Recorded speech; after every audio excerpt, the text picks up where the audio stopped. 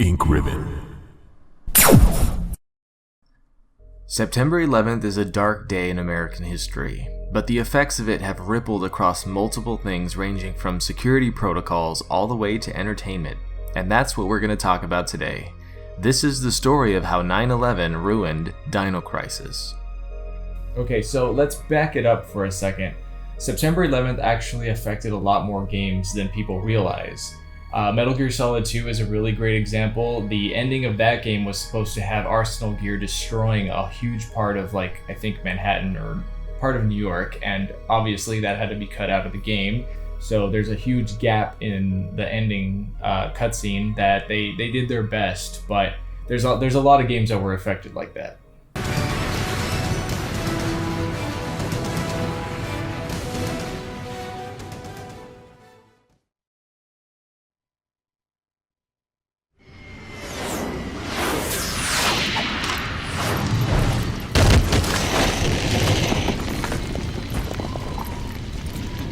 Grand Theft Auto 3, Twisted Metal Black, and even Shinobi were all affected. But one change was so big and so extreme that it has gone down in gaming history as one of the most bizarre changes to a game franchise ever, especially for a sequel, and I'm here to explain that to you today.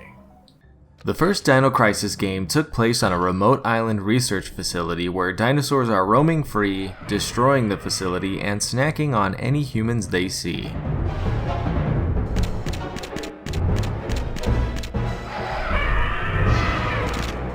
The aesthetic was very effective, as you had this large, pristine facility with no sign of life except for a few dead scientists lying around, and it worked very effectively.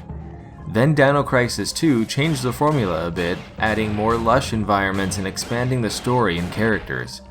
Honestly, it was nice to see more vegetation alongside the dinosaurs and help the aesthetics blend together a lot more seamlessly. While they did change the gameplay to be a bit more action-oriented, it felt solid and really worked in its favor. And then Dino Crisis 3 came out. It's an action game where you can shoot and fly. It takes place in space. In the future. What? So, what happened? The biggest and most obvious reason for this change is that the third game was set to take place in a destroyed city. This image is the one and only piece of art released for the game before it was restarted, and it's easy to see why they opted against it. You can see a T-Rex lying dead and impaled by steel beams from a destroyed building. In the sky are pterodactyls flying around. You've also got some survivors fighting to stay alive, and in the background is another T-Rex battling against a tank. Which, whoa, awesome, right? While this looks cool for us now, back then it was not cool and it would have received backlash. People around this time were extremely sensitive to images of destruction and especially destroyed buildings. There was also a huge surge of fantasy, and the focus shifted away from things like horror and tragedy in film and a lot of other media. Dino Crisis, being a horror game, obviously fell into the category of needs to be changed, so they made it much more focused on action. So you might be thinking that maybe some B team was assembled that didn't know what they were doing or they had too much freedom. No, this was top tier talent at Capcom. The executive producer was Shinji Mikami, aka the creator of Resident Evil and the original Dino Crisis. And alongside him was Hiroyuki Kobayashi, who was the programmer on everything from Resident Evil to Dino Crisis to Devil May Cry. They've worked together on a lot.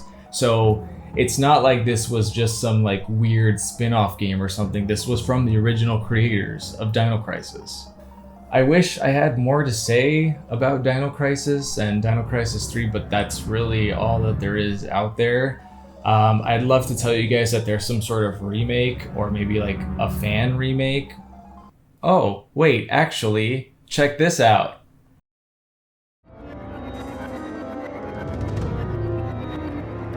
This isn't official, but it's a newly released trailer for a fan remake of Dino Crisis. Link to the full video is in the description. Oh, you've got to be kidding me.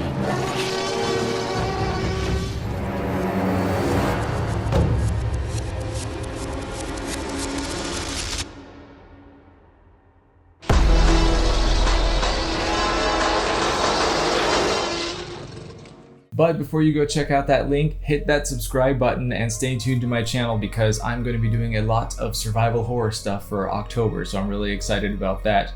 If you guys know of any other games with weird, crazy development backstories that aren't commonly known, let me know down in the comments, or I'm on Twitter at InkRibbonGames if you want to reach out there. I'm Kai Morgan, and as always, thanks for watching Ink Ribbon. And a very special thank you to my bronze, silver, and gold Patreon supporters. Thanks to you, I can make videos without worrying about demonetization and grow my channel faster.